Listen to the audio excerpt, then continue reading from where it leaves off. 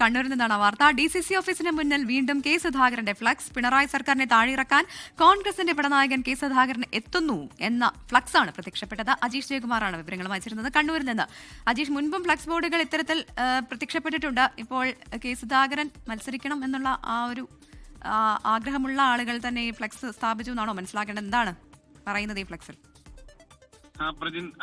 ഹാഷ്മി, സ്മിത, എന്തായാലും കെ സുധാകരനെ അനുകൂലിക്കുന്നവർ തന്നെയാണ് ഈ ഫ്ലെക്സ് ബോർഡുകൾ വെച്ചത്. അദ്ദേഹം വീണ്ടും കണ്ണൂരിൽ മത്സരിക്കാൻ എത്തുന്നു എന്നുള്ളതിന്റെ സൂചനകൾ നൽകുന്നതാണ് ഈ ഫ്ലെക്സ് ബോർഡ്. പിണറായി സർക്കാരിനെ താഴെ ഇറക്കാൻ കോൺഗ്രസിന്റെ പടനായകൻ കെ സുധാകരൻ എത്തുന്നു എന്നുള്ളതാണ് ഈ ഫ്ലെക്സ് ബോർഡിന്റെ പ്രധാനപ്പെട്ട വാചകം. കണ്ണൂരിന്റെ ഹൃദയമാണ് കേസ് എന്നും ഈ ഫ്ലെക്സ് ബോർഡിലുണ്ട്. ഇത് പുലർച്ചെയാണ് ഈ ഫ്ലെക്സ് സ്ഥാപിച്ചിട്ടുള്ളത്.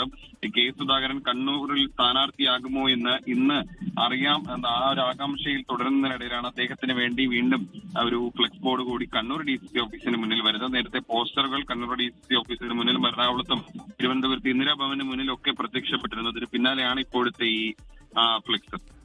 ലോകത്തെവിടെയായാലും ഏത് സമയത്തും 24 വാർത്തകളും ഓഗ്മെന്റഡ് റിയാലിറ്റി പാക്കേജുകളും എക്സ്പ്ലെയിനറുകളും വിശദമായി കാണാൻ ഞങ്ങളുടെ YouTube ചാനൽ നിങ്ങൾക്ക് സബ്സ്ക്രൈബ് ചെയ്യാം.